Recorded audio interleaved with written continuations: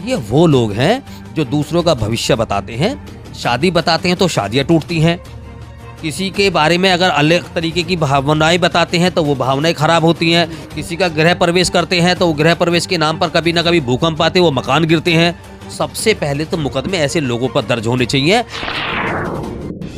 पनौती वाले बाबा की जय। पनौती वाले बाबा हमारी मुरादें पूरी करो। पनौती वाले बाबा की जय।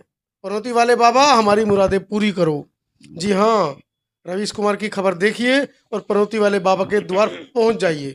लेकिन वो तो है पनौती वाले बाबा जो सभी की मनोकामना पूरी करते हैं, लेकिन भारत के अंदर एक पनौती वाले बाबा ऐसे आए हैं, जाने कैसे आए हैं, उसी विषय पर आपसे चर्चा करेंगे।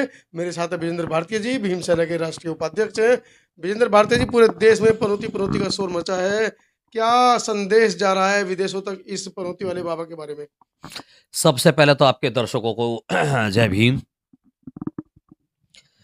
देखिए, ये राजनीतिक जुबानी जंग है। जी 2014 में बीजेपी ने अपनी सरकार बनाई और सरकार बना करके कांग्रेस पार्टी के उस समय के तत्कालीन राष्ट्रीय अध्यक्ष को अपनी पार्टी के लोगों के द्वारा, सांसद मंत्रियों के द्वारा राहुल गांधी को पप्पू कहलवाना शुरू किया। पप्पू से चलती हुई ये जुबानी जंग पनौती पर आकर के रुकी हुई है और आगे अभी किस किस तरीके से मोड़ लेगी वो पूरा देश देखेगा। अभी वर्ल्ड कप हुआ, भारतीय क्रिकेट टीम तमाम सारे मैच बड़े ही उपलब्धियों के साथ में, अच्छे अंकों के साथ में जीतती आई है। फाइनल का मैच होता है, ऑस्ट्रेलिया के साथ होता है। ऑस्ट्रेलिया स्टार्टिंग के दोनों मैच हारती है, इंडिया से भी हारी। जब फाइनल हुआ तो पूरे देश की दुआएं टीम इंडिया के साथ थी। 1,30,000 लोगों से खचाखच भरा हुआ स्टेडियम, जो कभी मोटेरा के नाम से जाना जाता था, गुजरात के अहमदाबाद का, उसे बाद में चल करके देश के प्रधानमंत्री ने अपने नाम से उसका उल्लेख कर दिया कि नरेंद्र मोदी स्टेडियम। उसी स्टेडियम में ये मैच होता है। पूरे देश के लोग, पूरी दुनिया की नजरें उस मैच के ऊपर लगी हुई है क्योंकि वर्ल्ड कप था। अच्छे शुरुआत करने के साथ साथ लेकिन मैच का आखिर में आकर के रिजल्ट ऐसा हुआ कि भारतीय क्रिकेट टीम उस मैच को हार जाती है। तो एक ट्रेंड चालू हो गया पूरे देश भर के अंदर, वो किसी एक व्यक्ति का नहीं था।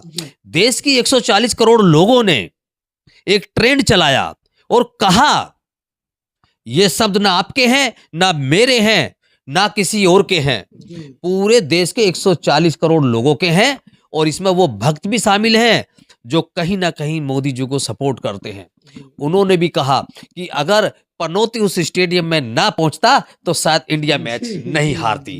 तो पनौती शब्द ये वहां से आया है। पनौती का अर्थ होता है एक ऐसा कार्य हो जाना जिसको हम नहीं चाहते थे, कि कोई व्यक्ति या शुभ कार्य में ग्रहण लग जाना। कोई व्यक्ति अच्छे कार्यों में घुसा और वहां पहुंचा कि वो कार्य खराब हो गया, तो उसको कहते यार ये पनौती आ गया।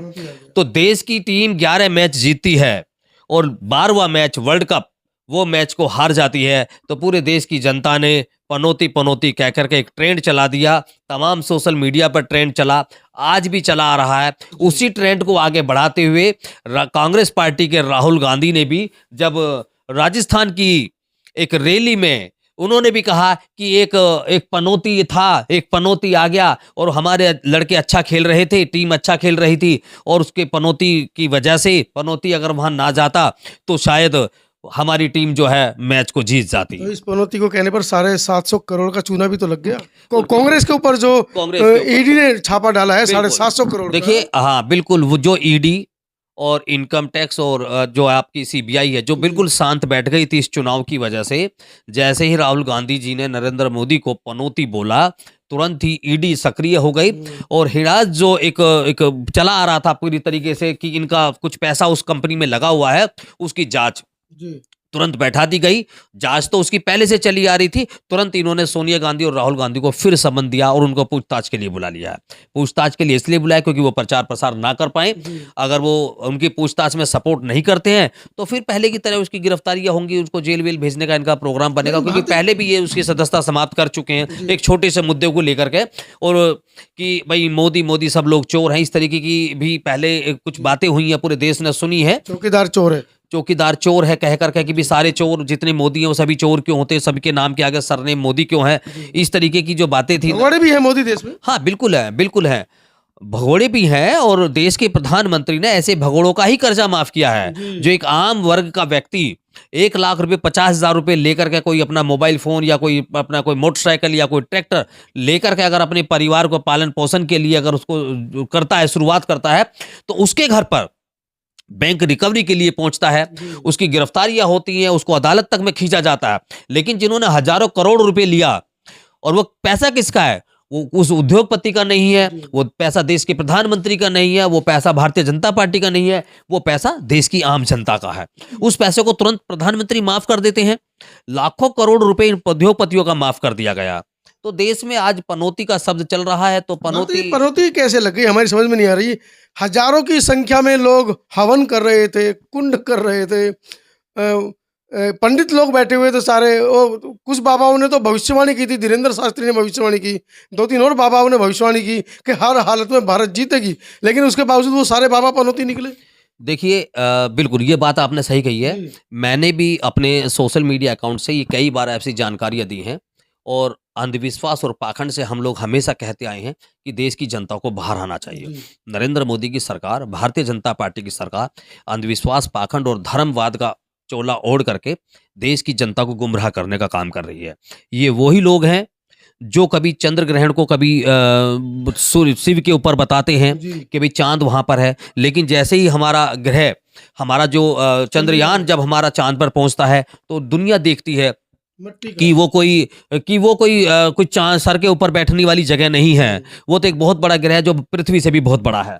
तो इस तरीके की अंधविश्वास ये फैलाते रहे हैं, जो जिन लोगों ने कर्मकांड किए, जिन लोगों ने यज्ञ किए, जो ज्योतिषी इंडिया को जीतता हुआ बता रहे थे, रोहित शर्मा का भविष्य बता दिया, विराट कोहली का भविष्य बता दिया, कौन कौन प्लेयर चलेगा, कौन बैट्समैन अच्छा होगा, कौन बॉलिंग अच्छी करेगा, और कि टीम इंडिया कितने अच्छे अंकों से जीतेगी, ऑस्ट्रेलिया बुरी तरीके से हारेगी, शुरू से ही हारेगी। ये वो लोग हैं जो दूसरों का भविष्य बताते हैं। शादी बताते हैं तो शादियां टूटती हैं। किसी के बारे में अगर अलग तरीके की भावनाएं बताते हैं तो वो भावनाएं खराब होती हैं। किसी का गृह प्रवेश करते हैं तो गृह प्रवेश के नाम पर कभी ना कभी भूकंप आते, वो मकान गिरते हैं। सबसे पहले तो मुकदमे ऐसे लोगों पर दर्ज होने चाहिए। जितने भी लोगों ने, मैं आपके चैनल के माध्यम से कहता हूं और बड़ी जिम्मेदारी से कहता हूं, जितने भी लोगों ने टीम इंडिया के लिए भविष्यवाणी की, जिन्होंने भी टीम इंडिया का भविष्य बताया कि इंडिया मैच जीत रही है और इंडिया मैच हार गई, तो पनौती सब तो अपनी जगह है। सबसे पहले झूठ बोलने के इस जुर्म में ऐसे लोगों पे 420 पे ऐसे लोगों के ऊपर कार्रवाई होनी चाहिए, और ये एक मिसाल कायम करनी चाहिए देश की सरकार को कि ऐसे लोग फिर कभी किसी का मूर्ख ना बना सके, देश की जनता को मूर्ख बनाकर के जो कमाया हुआ उनका पैसा उसको अपनी जेबों में ना रखे। ये अनपढ़ गंवार जाहिल लोग हैं, इनकी बातों में आकर के अच्छे पढ़े लिखे लोग बेवकूफ बन जाते हैं। मूर्ख तो प्रधानमंत्री जी बोल रहे थे राहुल गांधी जी को अपने बयान में। देखिए अब तो वो खुद पनौती साबित हो गए हैं, पूरे देश ने उनको पनौती बोल दिया है, और एक ट्रेंड भी चल रहा है। नरेंद्र मोदी जी अपने मुंह से एक शब्द नहीं बोल पाए हैं, भारतीय जनता पार्टी का कोई व्यक्ति नहीं बोल पाया है, लेकिन उनका बोलने वाले जो हथियार है वो ईडी, सीबीआई और इनकम टैक्स है। क्योंकि जब जब इनके ऊपर आरोप प्रत्यारोप लगते हैं, जब जब इनकी आलोचना होती है, जब जब ये कहीं ना कहीं किसी न किसी जुर्म के कटघरे में खड़े होते हैं, तो ये हमेशा अपने 3 तोतों को बाहर लाने का काम करते हैं, जो ईडी, सीबीआई और इनकम टैक्स हैं। नरेंद्र मोदी जी जहां भी चुनाव प्रचार करने जा रहे हैं, सबसे पहले तो देखिए प्रधानमंत्री होकर के विधायक का प्रचार करना, प्रधानमंत्री होकर के एक पार्षद का प्रचार करना, प्रधानमंत्री होकर के नगर पंचायत का प्रचार करना, ये प्रधानमंत्री के पद को शोभा नहीं देता है। प्रधानमंत्री पूरे देश का है। प्रधानमंत्री की जो पद की जो गरिमा है वो नरेंद्र मोदी जी ने बिल्कुल खत्म कर दी है। 2024 में पनौती रुकेगी, देश फिर अंधकार में जाएगा, या आगे कहीं कुछ देशवासी सोच रहे हैं? देखिए नहीं, देश के अंदर परिवर्तन की लहर है, देश के अंदर बदलाव की लहर है, देश बदलाव मांग रहा है। देश अब पनौती को नहीं चाहता है। देश के अंदर एक जुझारू, कर्मठ और ईमानदार प्रगतिशील प्रधानमंत्री की जरूरत है, जो देश से महंगाई को सबसे पहले खत्म करे, जी जो देश के अंदर जो बेरोजगारी आज इतने बड़े लेवल पर पहुंच गई है उसको खत्म करे, जो देश के अंदर जो इकोनॉमी है, जो अर्थव्यवस्था है, जो हमारी बहुत बुरे लेवल पर घट चुकी है, उसको खत्म करे, उसको कंट्रोल में लेकर के आए। और जो देश को जो ये लोग बोल रहे हैं कि जी हम विश्व गुरु बन रहे हैं, आज 155 लाख करोड़ रुपए का कर्जा देश के ऊपर जी है। इतना बड़ा कर्जा उतारने में हमें सदियों लगेंगे। तो ऐसा प्रधानमंत्री देश को मिलना चाहिए। वक्त करें अखंड भारत बनाएंगे। नहीं, ये राम मंदिर के नाम पर वोट मांगेंगे। जी इनके पास में कोई विकास का कोई एजेंडा नहीं है, कोई मैनिफेस्टो में इनके कुछ नहीं है।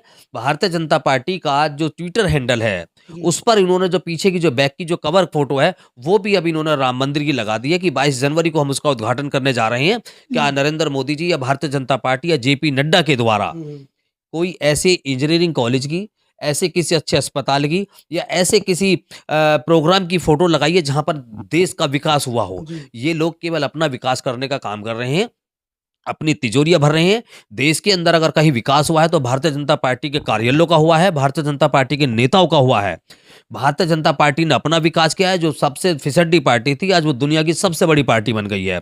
इन 10 सालों में नरेंद्र मोदी जी ने देश को लूटा है और कुछ नहीं दिया है। करप्शन के अलावा, महंगाई के अलावा, बेरोजगारी के अलावा आज जवान परेशान, किसान परेशान, पहलवान परेशान, सब लोग सड़कों पर आए, किसी की कोई सुनवाई नहीं हुई है। सुनवाई के नाम पर उनको केवल और केवल एक ठेंगा दिखाया गया है। उनकी कहीं भी किसी भी रूप में प्रधानमंत्री ने उनकी पीड़ा नहीं सुनी है। तो ऐसा प्रधानमंत्री अब देश को नहीं चाहिए। ये अपने आप में पनौती खुद साबित हुए हैं। साथियों, इस पनौती ट्रेंड को आप किस तरह से देखते हैं और इस पनौती को आगे देश और झेलेगा या इस पनौती को खत्म करने के बारे में कुछ देश के नागरिक सोच रहे हैं?